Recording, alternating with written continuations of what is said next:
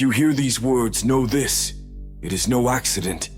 It is a call, a resonance, an echo of what your soul has awaited. You feel it, don't you? That subtle, barely perceptible tingling beneath your skin, a premonition that the familiar, established world is beginning to crack at all its seams, revealing something else, something unknown, something ancient and perhaps frightening. But before we step into the depths of the unknown, you must make your choice. Your like is not merely a sign of approval. It is more a declaration of your intent, your aspiration. Your subscription is an entry into the ranks of those who boldly seek answers. Today, we will speak of shadows, not those fleeting shadows that dance on the wall in childhood nightmares, but shadows that take on flesh, that can speak, that lie with such captivating conviction that reality itself becomes a mere convention. Does that frighten you? Does the thought trouble you that everything you see, hear, and believe could be an artfully constructed, deceptive illusion? I understand, for fear is the first, most reliable guardian. The truth that they so diligently conceal behind a dense veil of news, behind the dazzling glare of digital screens, is actually simple and, in its own way, terrifying.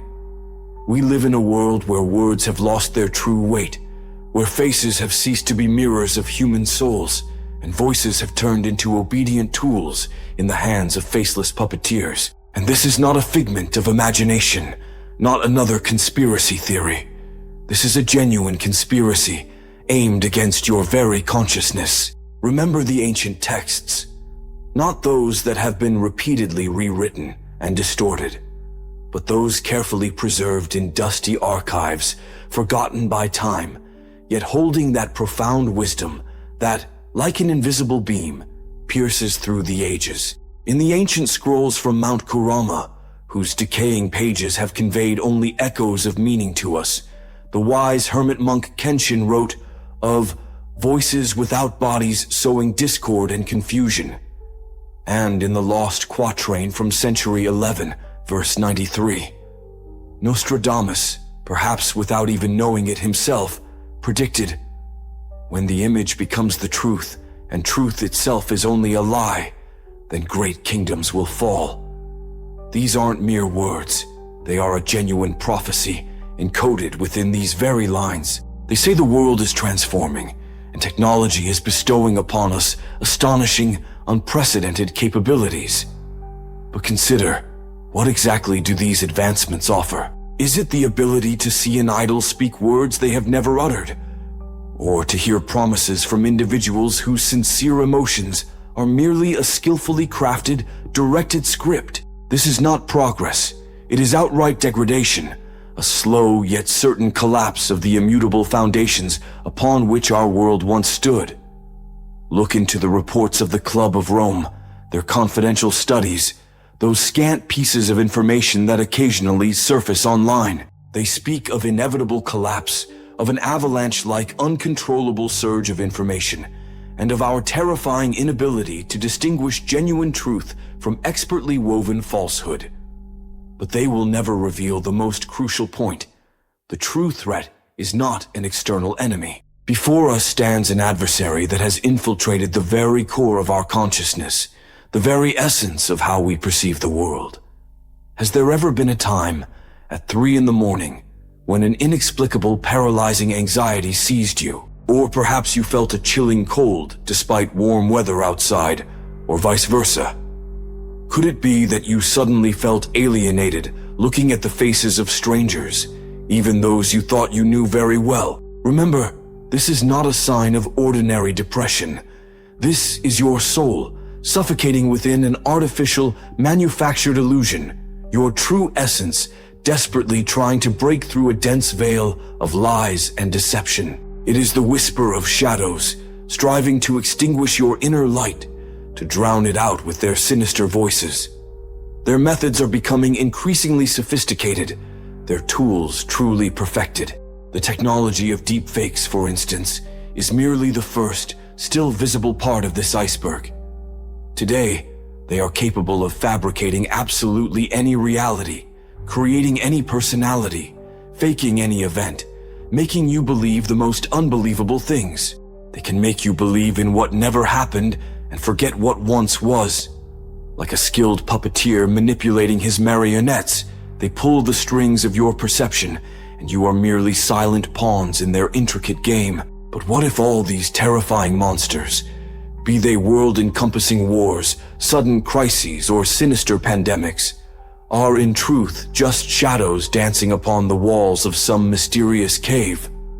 What if the true tyrant, the one holding you in his invisible embrace, gazes back at you from your own reflection in the mirror? It is he, the very one who instilled within you the thought of your own weakness, of your absolute insignificance.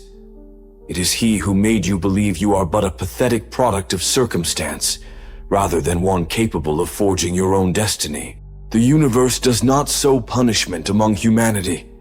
It purifies, burning away the poisonous growths, the venom of fear, shrouding the mind, the venom of ignorance, darkening souls, and the venom of materialism, binding the spirit. It crashes down these crowns of glass, these fragile, self-erected structures of your ego, with thunderous force, to make room for the true, for what truly matters. It tears open these soulless, metallic veins of the system, so that the life-giving force of blood can flow freely. This is not an act of destruction. This is cosmic surgery. The prophets saw not just one person. They saw an army of awakened souls. They saw precisely you.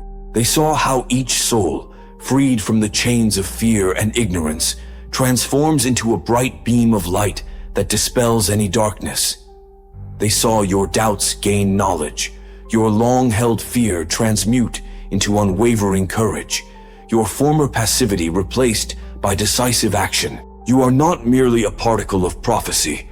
You are its living fulfillment. What you are accustomed to perceiving as a crisis is, in reality, the beginning of the great inversion, an epical moment when the veil of illusion will finally lift and the true face of reality will be revealed to you. This is the moment you finally realize that the very power you've been searching for externally has always resided within you. It lies in your ability to discern truth from falsehood, in your readiness to ask questions and to doubt, in your right to choose your own path. You are not a puppet in someone else's hands, not an object to be controlled. You are the source of boundless strength yourself. Your thoughts are the sparks capable of igniting the flame of future change. Your awareness is the true compass, unerringly pointing the way through raging chaos.